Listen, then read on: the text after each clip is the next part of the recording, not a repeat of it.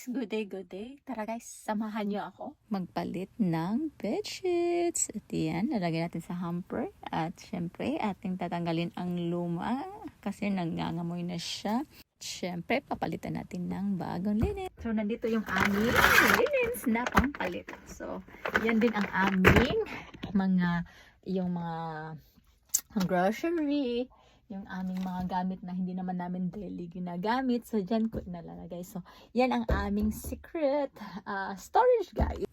Wala kaming aso, guys, pero mabuhok si ate at yung asawa ko. Kaya, yung bed ko, guys, ginaganyan ko talaga siya bago ko lalagyan ng bagong linis para naman malinis talaga at yung mga alikabok at ang mga buhok-buhok matanggal. Nagpapalit ng linens ay every 2 weeks. Bilis-bilisan ko na guys kasi ang dami ko pang gawain paglilinis sa buong bahay. 4 pala to na comforter guys na ilalagay ko sa bed namin kasi ang lamig na. Hindi namin kayang mag-asawa guys kaya 4 talaga ang ilalagay kong comforter. So yan. Okay. Ano na yan guys?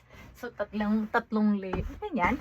Ang susunod kong gagawin is itatakin ko na to siya guys. And guys, ibang-iba talaga pag nasa bahay kayo na may gulong kasi lahat ay kailangan itakin. Pati yung aming beddings, aming linens ay itatakin mo talaga siya para for sure na hindi siya gugulo. So, nakahuli na ating ilalagay.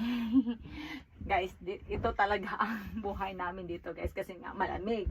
After 5 years, yan guys, natapos ko din at napalitan ko na at ngayon naman ay maglilinis tayo ng bongga-bongga sa CR at saka sa kitchen guys. At yan, kailangan mo talaga siya i-brush kasi nga naman ang dami diyang mga alam niyo na.